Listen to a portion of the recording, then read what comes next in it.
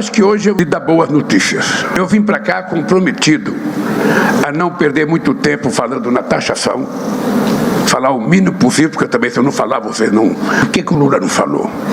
Ele está com medo do Trump. E eu não quero que vocês saiam com essa imagem.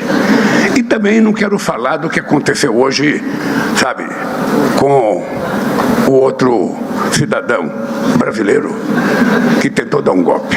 Eu queria falar do nosso país. Eu quero dar uma chance de falar do Brasil, porque o pessoal que trabalha na comunicação comigo, eu tenho dito para as pessoas que nós temos uma dificuldade. Deve ter muita gente de comunicação aqui no meio. Quando a gente vai num restaurante, sabe aqueles botecos que a gente vai que só tem um comercial, e a gente já chega, já pede um comercial?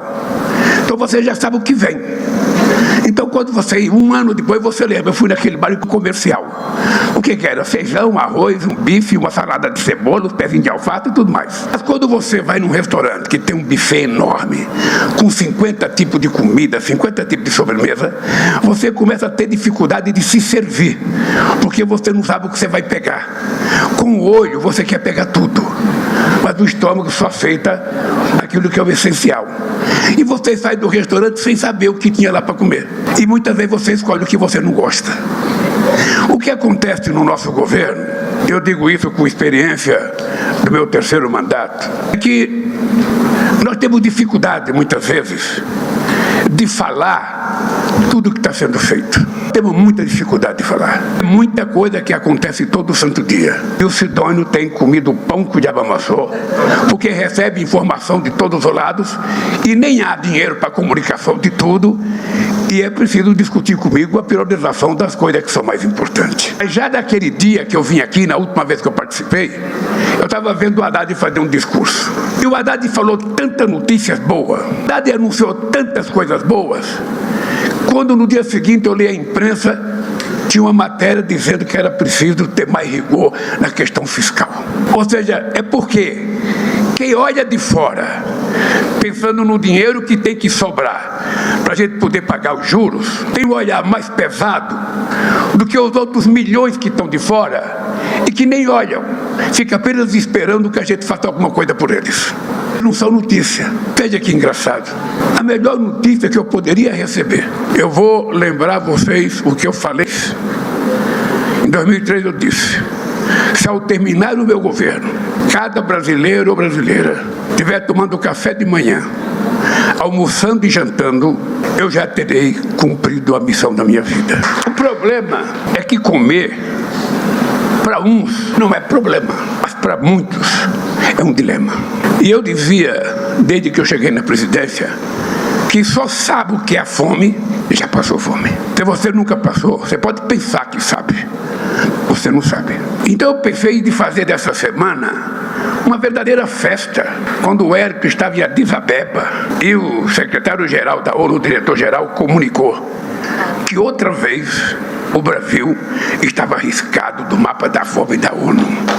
29 milhões e meio de pessoas voltaram a comer decentemente nesse país. Não é pouca coisa. É um trabalho insano que envolve todo o governo, que envolve muita gente da sociedade civil, que envolve muita gente, muitas pessoas dedicadas à questão de nutrição, muitas pessoas preocupadas com a primeira infância, muitas pessoas preocupadas com a quantidade de mães solo que nós temos nesse país.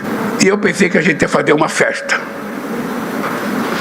E em função da taxação, a gente não fez festa. Mal e porcamente saiu um comunicado que o Brasil está do mapa da fome. Quantos países do mundo gostariam de ter conseguido, nós conseguimos? Eu, quando era dirigente sindical, companheiro sindicalista, eu dizia que eu representava uma parte privilegiada da sociedade. Eu representava aqueles que trabalhavam, que tinham carteira assinada, aqueles que tinham 13º salário, aqueles que tinham férias, aqueles que tinham participação no lucro. Eram trabalhadores, mas era um trabalhador, sabe, de uma maneira privilegiada diante do exército de invisíveis que nós temos nesse país, que só são enxergados na época das eleições. Na época das eleições, Isaac, pode ter certeza que esse exército de invisível fica mais conhecido do que toda a Faria Lima. Passadas as eleições, essa gente passa a ser esquecido. E por que eu tenho essa potestão, essa inquietação? É porque tem muita gente que governa esse país e quando deixa a presidência, ele vai morar em Paris, ou ele vai morar em Miami, ou ele vai para Nova York um tempo, ou ele vai para Londres. Eu tenho que voltar para a casa que eu estava quando eu vim para cá. E tem que olhar na cara das pessoas que eu conversava antes de vir para cá. Porque eu sei de onde eu vim e sei para onde eu vou. E por isso eu tenho que fazer as coisas corretas. E a minha obsessão é fazer com que o povo pobre seja tratado e respeitado como cidadãos de primeira classe nesse país. E ele só quer comer, ele só quer trabalhar, ele só quer morar, ele só quer estudar. É preciso que a gente tenha certeza de que ninguém é pobre porque quer. Ninguém fala, eu quero nascer pobre, eu quero ficar pobre, eu quero nascer num bueiro. Não, se todo mundo pudesse, escolava uma clínica chique. Qual é, Josué, a clínica mais chique que tem? Sei lá, no seu tempo de nascer, acho que não tinha muita clínica chique. Mas, vamos ser francos, gente, vamos ser francos. Um país do tamanho do Brasil pode dar ao seu povo uma qualidade de vida muito maior do que o nosso povo tem. A gente tinha acabado com essa maldita fome em 2014. Voltamos 15 anos depois e já 33 milhões de pessoas passando fome outra vez. E a gente não vê porque essas pessoas que estão passando fome, eles dificilmente vão para o centro da cidade. Os teatros são feitos para quem tem dinheiro. O cinema é feito para quem pode pagar. Ou tem tantas pessoas que eu chamo de invisíveis, eles não têm, sabe, tem que pegar 2 horas de ônibus para ir no teatro de São Paulo, ele não vai. Sorte dele se no bairro dele tiver um shopping que tem um cineminha para 50 pessoas. Ainda assim ele não vai porque é caro. Então, a gente para governar tem que fazer opção. Seria muito fácil o Haddad ser ministro da Fazenda de um país que a gente se preocupasse em governar para 35% da população. Seria muito fácil. Mas quando você resolve colocar todo mundo, para todo mundo ter o essencial igual, você tem que tomar decisões. E por isso eu comecei agradecendo vocês, porque vocês ajudaram a gente a tomar posição. Meus amigos e minhas amigas, nas eleições de 2003, estou meio nervoso, porque você não me convidou para inaugurar a placa do Zé Alencar. Em 2003, o Zé Alencar foi meu vice. E é importante que vocês saibam dessa história. Eu estava perto das eleições, eu não tinha vice. Eu já estava cansado de ter 30% dos votos. Já tinha perdido 3 eleições. E eu falei, não, eu preciso arrumar 20%. Esse 20% não está na esquerda. Esse 20% está do outro lado. Está do outro lado. Tem aí um centro-direita, centro-esquerda, ou seja, que está ali. E eu fui ver o discurso do Zé Alencar na festa de 50 anos de vida empresarial do Zé Alencar. Eu te confesso, José, que eu não queria ir. Eu já ficava hospedado no hotel Wembley, que era um hotelzinho do teu pai. Hotelzinho 3 estrelas, tratamento 5 estrelas, sabe? Eu ficava lá e o Zé Dirceu me convenceu. Você tem que ir, cara, você tem que conhecer o Zé Alencar. Ele é do PMDB, é bom você ouvir ele. E o Zé Alencar estava disputando a presidência do Senado, você está lembrado? Ele só teve o voto dele. Mas eu fui na festa do Zé Alencar e ele fez um discurso. Ele contou a vida dele. E quando ele termina de contar a vida dele, eu falei para o Zé Dirceu, acabei de encontrar o meu vice. Vim a Brasília, conversei com o Zé Alencar, pedi para ele sair do PMDB. Na verdade, naquela época ele entrou no PL e foi o meu vice-presidente da República. E posso dizer para vocês uma história fantástica. Eis que o Olavo Setúbal, o pai todo-poderoso do Itaú, pediu uma conversa comigo. E eu fui na casa do Zé Alencar. Estava o Zé Alencar, eu, o Roberto Setúbal, filho do Olavo Setúbal, e o Josué. E começamos a conversar, e o Olavo Setúbal me fazia a pergunta assim, ô candidato, o que é que você vai fazer na agricultura? Aí eu falava o que eu ia fazer, ele falava, o império não vai deixar. Ô candidato, o que é que você vai fazer na indústria? Eu começava a falar e falava, o império não vai deixar. Candidato, o que é que você vai fazer para melhorar o salário? Eu vou fazer isso, aquilo. candidato, o Império não vai deixar. Na quarta vez que ele falou o Império não vai deixar, o Zé Alencar deu um murro na mesa e perguntou: doutor Alencar, que diabo que é esse Império, doutor Alencar? Porque se tem um Império tão inimigo do Brasil assim, eu vou vender a minha fábrica e vou lutar contra esse Império. Isso é uma coisa que marcou a minha vida, porque o Zé Alencar era possivelmente... Hoje tem pouco nacionalista no Brasil. Você não tem mais aqueles empresários nacionalistas como você tinha nos anos 70, nos anos 80, nos anos 60. Você não tem.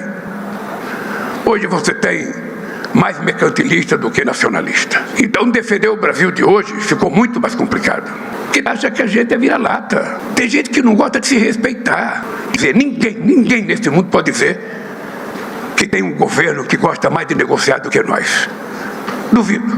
Porque eu nasci na vida política negociando. Eu nasci xingando empresário na porta de fábrica e almoçando com ele numa mesa de um bar para fazer o acordo. Então nesse mundo ninguém me dá lição de negociação. Eu já lidei com muitos magnatas do mundo e eu respeito todos. Eu duvido que alguém tenha sido tratado com desrespeito por mim. Mesmo os caras que me xingam. A única coisa que eu quero é ser tratado com respeito. E esse país merece respeito. E o presidente norte-americano não tinha o direito de anunciar as taxações como ele anunciou para o Brasil. Não tinha. Poderia ter pegado o telefone, poderia ter ligado para mim, poderia ter mandado ligar para o Alto, poderia qualquer um. Estaríamos aptos a conversar. E depois o pretexto da taxação, mas nem política, é eleitoral. E eu acho que nós brasileiros estamos à prova.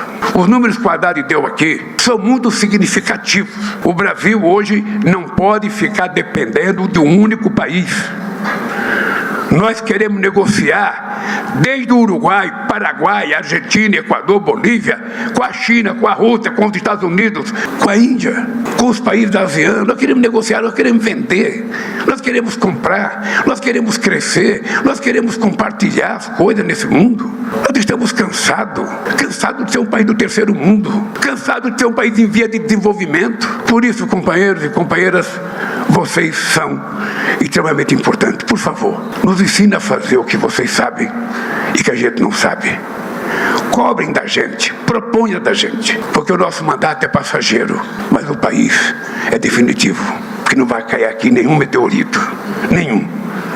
O Brasil vai durar muito tempo e o povo brasileiro merece uma chance de se transformar num povo com padrão educacional, cultural, alimentar, salarial, decente. É só isso que nós queremos. Por isso, queridos companheiros e companheiras, se você permite, eu vou ler o meu discurso, sabe? Que vai ter muita coisa que eu já falei, mas é que eu preciso ler meu discurso. Entre a última reunião deste Conselho, em dezembro passado, e o nosso encontro de hoje, nós vivemos uma situação paradoxal. O Brasil nunca esteve tão bem, enquanto o mundo poucas vezes enfrentou situações tão delicadas. Nosso país celebra sucessivos recordes em matéria social e econômica.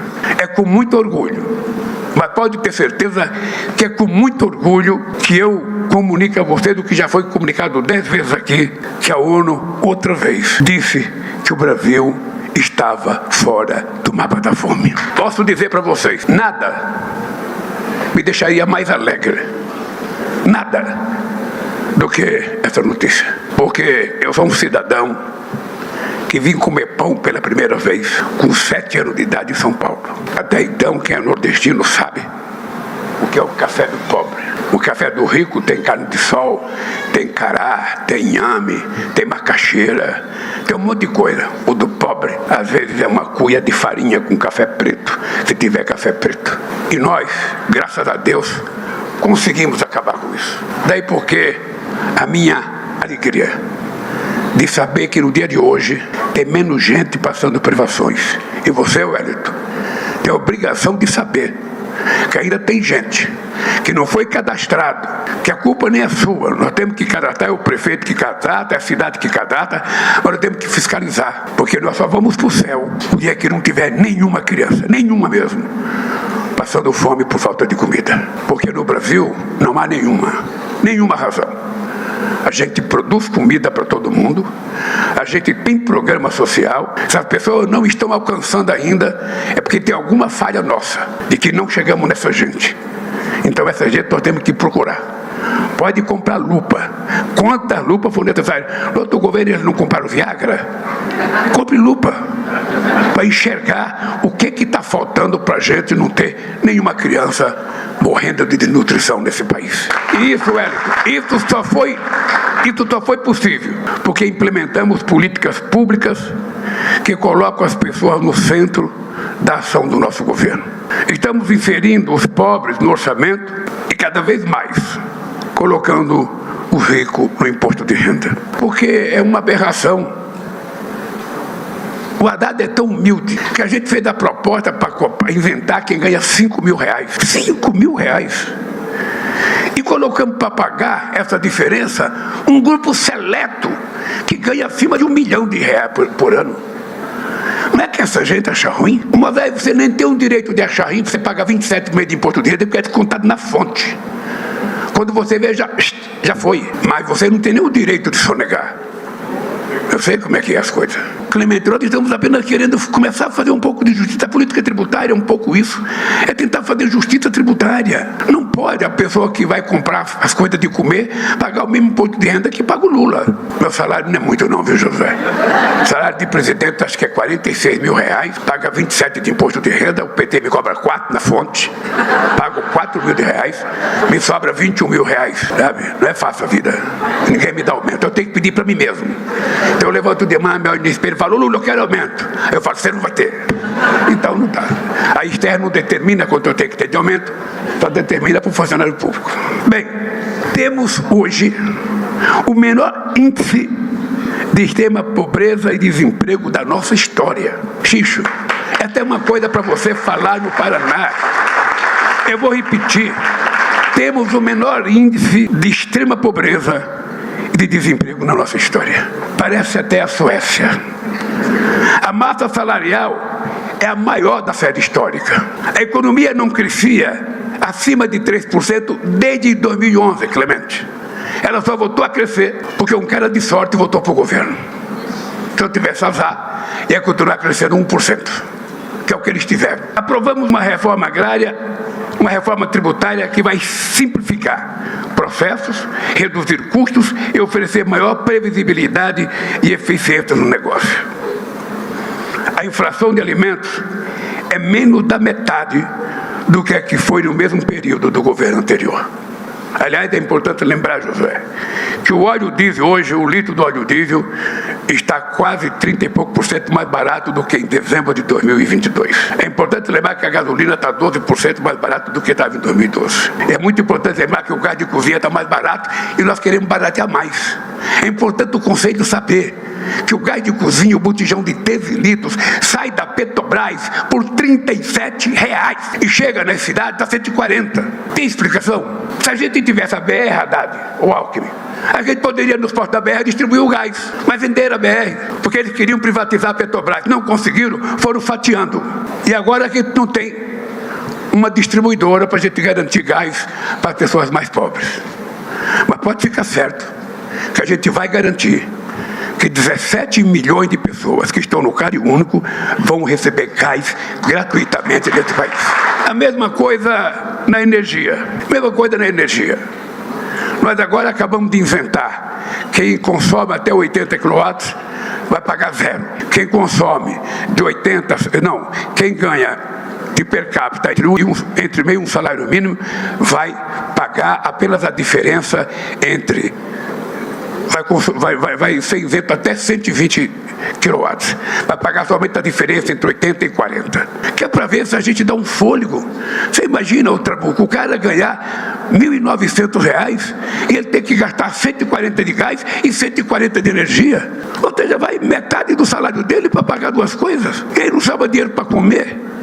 Quem é que pode cuidar disso? Como nós ainda não temos nenhum empresário socialista, o governo tem que ser pelo menos justicialista. Só isso. A agricultura brasileira se supera a cada ano. a safra atual ultrapassará 330 milhões de toneladas de grãos. O investimento público e privado em infraestrutura atingiu a marca inédita de 260 bilhões de reais. Presta atenção, Silvio Costa. Nossos portos movimentaram 1 bilhão e 300 milhões de toneladas, maior volume de todos os tempos na história do porto brasileiro. Em 2 anos e meio, a venda de veículos automotivos atingiram o recorde de 14 milhões e 200 mil unidades. Não sei se eu já falei para o Conselhão. Eu não falei, eu vou falar. Se eu não falei, eu vou falar. Quando nós deixamos a presidência em 2010, 2011, esse país vendia 3 milhões e 600 mil carros por ano. Quando eu voltei 15 anos depois, esse país vendia 1 milhão e 600 mil carros por ano. Alguém precisava me dizer aonde foram os outros 1 milhão e 600. Por que a economia caiu tanto? Por que esse país retrocedeu tanto? Tantas perguntas e nenhuma resposta, Xixo, como diria Brecht. Depois de tantos anos de desindustrialização, a nova indústria Brasil, organizada pelo companheiro Alckmin, produziu ou ajudou a produzir o maior crescimento do setor nos últimos 14 anos. Quem não sabe quantas campanhas foram feitas, o Brasil está se industrializando.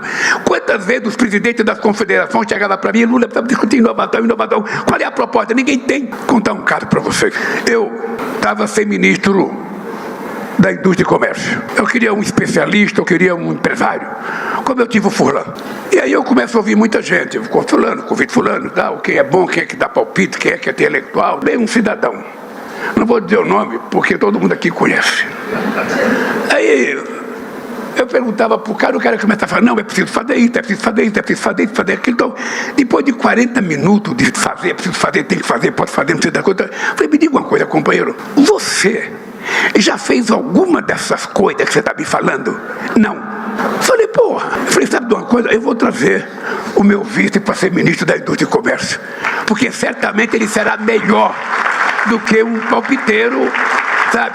E posso dizer algo, motivo de orgulho desse país ter você no Ministério da Indústria. Você veja que como é a humanidade. Quanto tempo eu e o Alckmin fomos adversários. Ele nem me conhecia, só pela televisão, pelo rádio. Ele certamente ouvia falar mal de mim nas convenções do PSDB, ouvia falar dele nas convenções do PT. Mas não conhecia. Quando nós fomos adversários, ele tentou ser bravo comigo uma vez, eu até falei, você não é assim, cara. Você é tão simpático, como é que você vai me agredir assim? Bem, graças a um palpite do Haddad, está aqui a parceria, sabe, que eu estou agradecido a ele, aos partidos que ele pertence e a Deus por provar que na política não existe nada impossível. A gente quer, a gente faz. Vejam outro dado importante.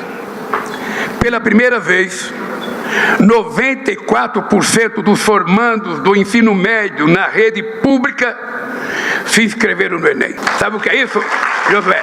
Isso é graças ao pé de meia.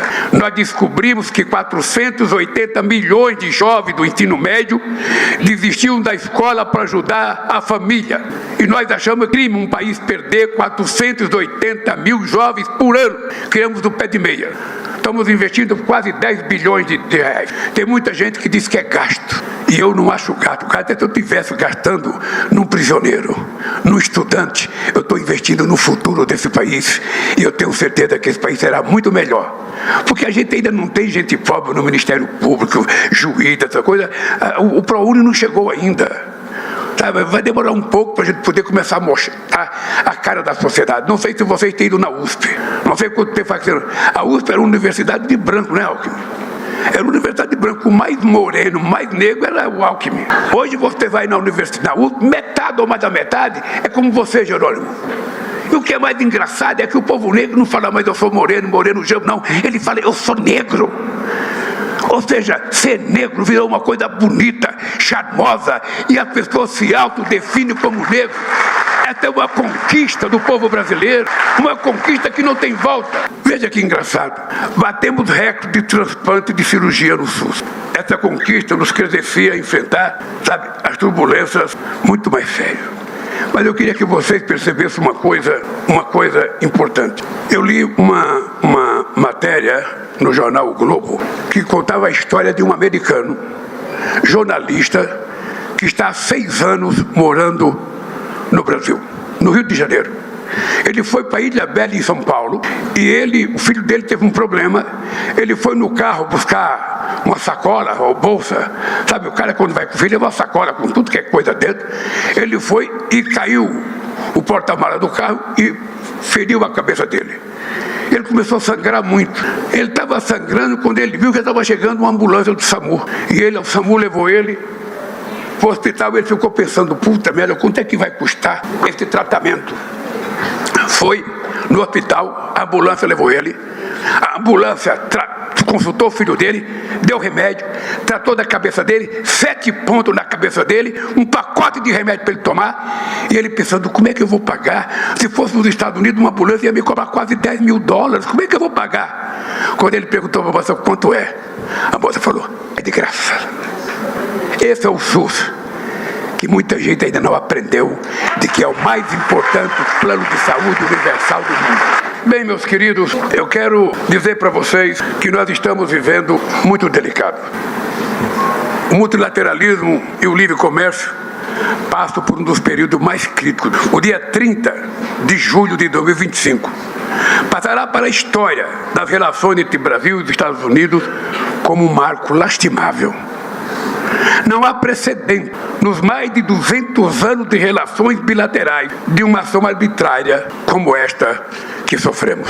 Nossa democracia está sendo questionada, nossa soberania está sendo atacada, nossa economia está sendo agredida. Este é um desafio que nós não pedimos e que nós não desejamos. Em nenhum tarifaço aplicada a outros países, houve tentativa de ingerência sobre a independência dos poderes do país. Essa interferência em temas internos contou com o auxílio de verdadeiros traidores da pátria, que arquitetaram e defenderam publicamente ações contra o Brasil lá nos Estados Unidos.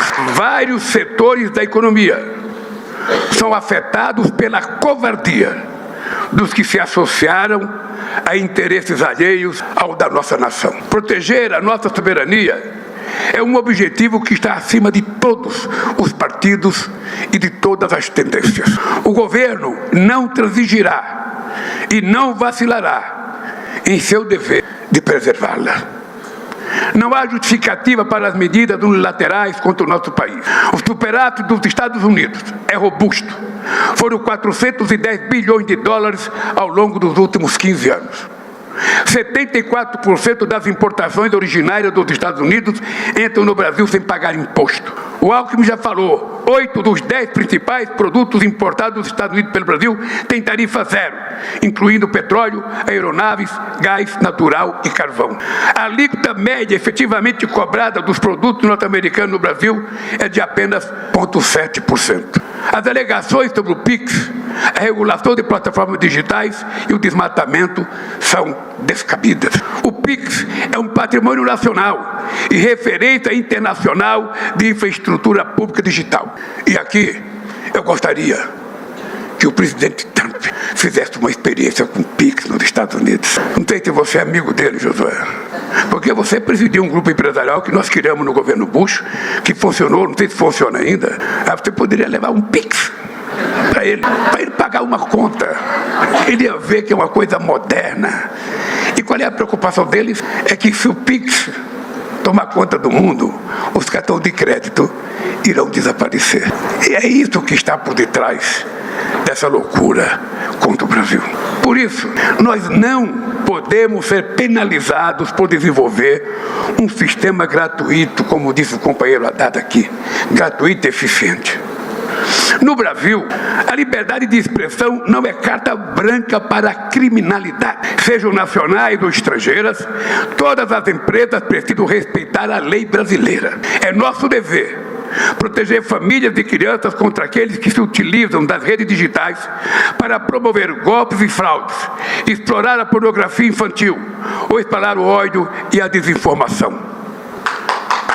Também combatemos de forma incisiva os ilícitos ambientais. Nos primeiros 2 anos de mandato, reduzimos pela metade o desmatamento na Amazônia e 32% em todo o país. Estamos comprometidos a zerar o desmatamento até 2030.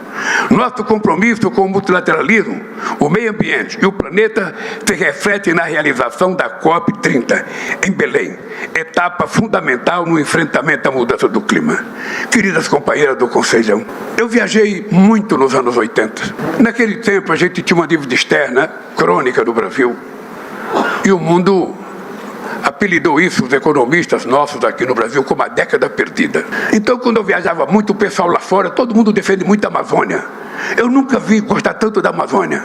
A Amazônia é como aquele filho que você gosta, mas como não é teu, você não precisa dar dinheiro para sustentar, então você fala muito dele. Ou seja, as pessoas, não, porque a Amazônia tem que ser preservada, porque eu comprei um terreno na Amazônia. Eu falava, gente, tudo bem, vocês dizem que a Amazônia é o pulmão do mundo, mas a nossa dívida externa é a pneumonia. Então nos ajude a cuidar desse pulmão com cuidado. E por isso nós decidimos fazer a COP em Belém, para que as pessoas vejam o que é a Amazônia de verdade, para que a pessoa saiba que embaixo de cada copa de árvore bonita, que todo mundo acha maravilhoso, tem um indígena, tem um seringueiro, tem um pescador, tem um trabalhador rural, que precisa viver. E se a gente não oferecer condições, ele não tem como sobreviver. E o Mundo Rico prometeu em 2009, na COP de Copenhague, lá estava Dilma, prometeu 100 bilhões de dólares por ano para ajudar a combater a questão climática. Hoje, a dívida já é 1 trilhão e 700 bilhões de dólares. E ninguém quer pagar. Não cumpre o Acordo de Paris, não cumpre o Protocolo de Kyoto. Vocês pensam, eu não vou ligar para o Trump para comercializar, não, porque ele não quer falar. Mas pode ficar certo, Marina. Eu vou ligar para o Trump para convidá-lo para vir para a COP, porque eu quero saber o que ele pensa da questão climática. Vou ter a gentileza de ligar. Vou ligar para ele, vou ligar para o Xi Jinping, vou ligar para o primeiro-ministro Modi, vou ligar. Só não vou ligar para o Putin, porque o Putin não está podendo viajar. Mas vou ligar para muitos presidentes. Cara, vem aqui, cara. Vem ver, você não está preocupado com o planeta Terra? Não tem outro lugar para a gente morar, nós temos que cuidar aqui, pelo amor de Deus. Se ele não vier, é porque não quer. Mas não vai ser por falta de delicadeza, charme e democracia. Eu vou convidar. Queridos companheiros e companheiras, o Brasil nunca saiu da mesa do diálogo.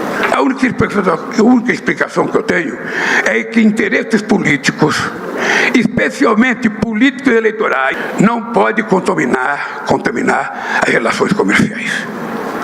Desde 6 de março, quando meu querido vice-presidente manteve sua primeira reunião com o representante comercial e o secretário de Comércio dos Estados Unidos, demonstramos repetidamente interesse em dialogar sobre as barreiras comerciais tarifárias e não tarifárias.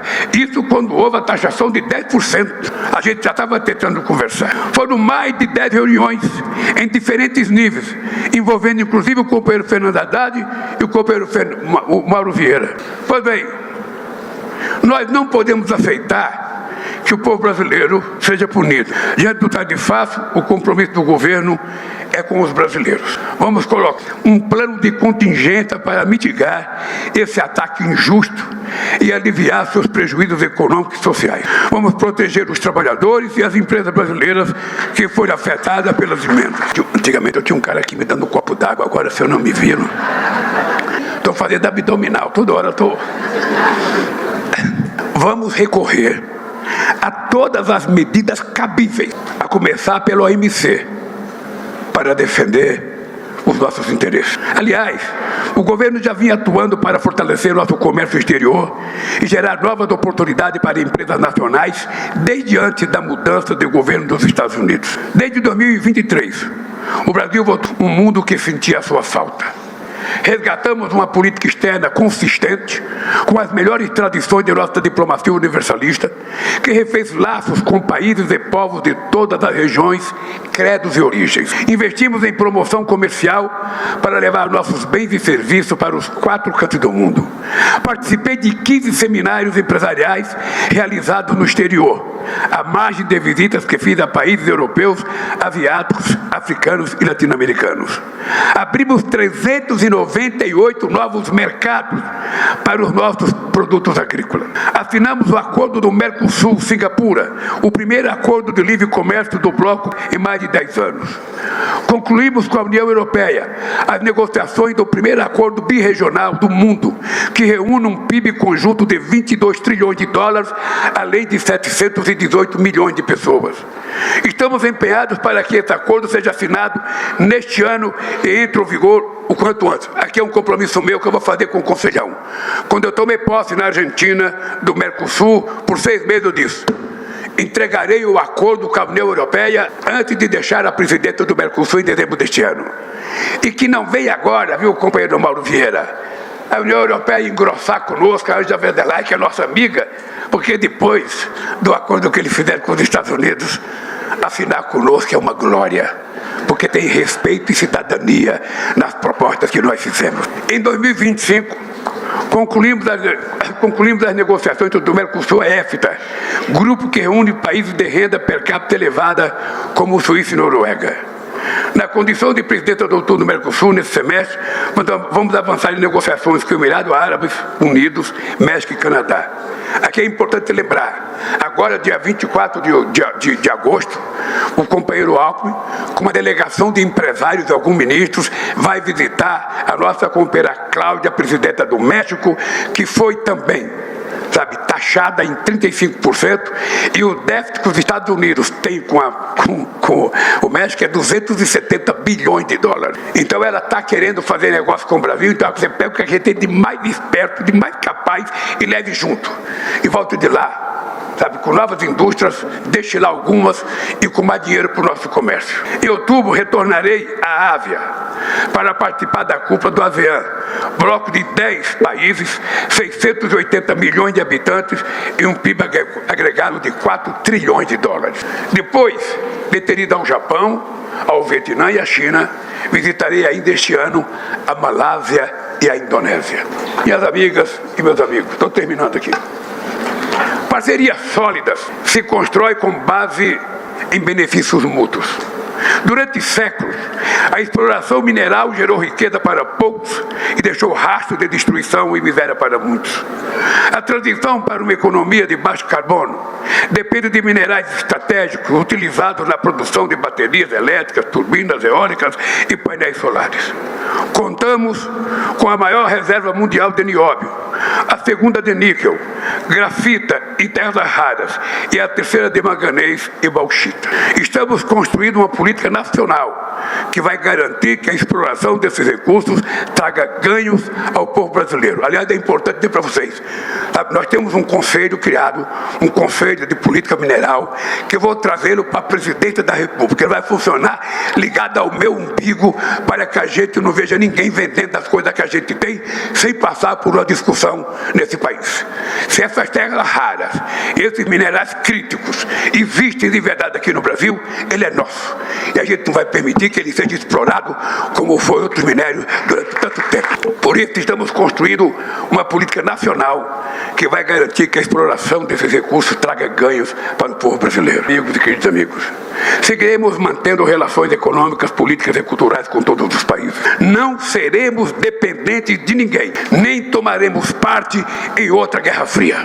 É importante saber que a gente não quer Guerra Fria e que a gente não quer dependente de ninguém. Nós queremos ter liberdade para negociar com todos. E é essa política que será vencedora, porque o multilateralismo precisa disso. Esse Conselho de Desenvolvimento Econômico e Social Sustentável, eu já disse isso, é a cara do povo brasileiro que constrói a nossa prosperidade. A prosperidade verdadeira só existe se for compartilhada, e só se fará com ampla e efetiva participação de organizações da sociedade civil, com a participação de trabalhadores e de empresários, das mulheres, dos povos indígenas e comunidades tradicionais, do povo negro, governadores, prefeitos e da academia. Nosso horizonte é o de seguir batendo recorde de indicadores de bem-estar e de desenvolvimento, criando um país justo, inclusivo, sustentável, criativo, democrático e soberano para todos os brasileiros e brasileiras. Um país que quer contribuir com voz ativa e construtiva para a solução dos grandes problemas que afetam a humanidade. Que defenda um mundo de paz, mais solidário e menos desigual, livre da pobreza, da fome e da crise climática. Muito obrigado.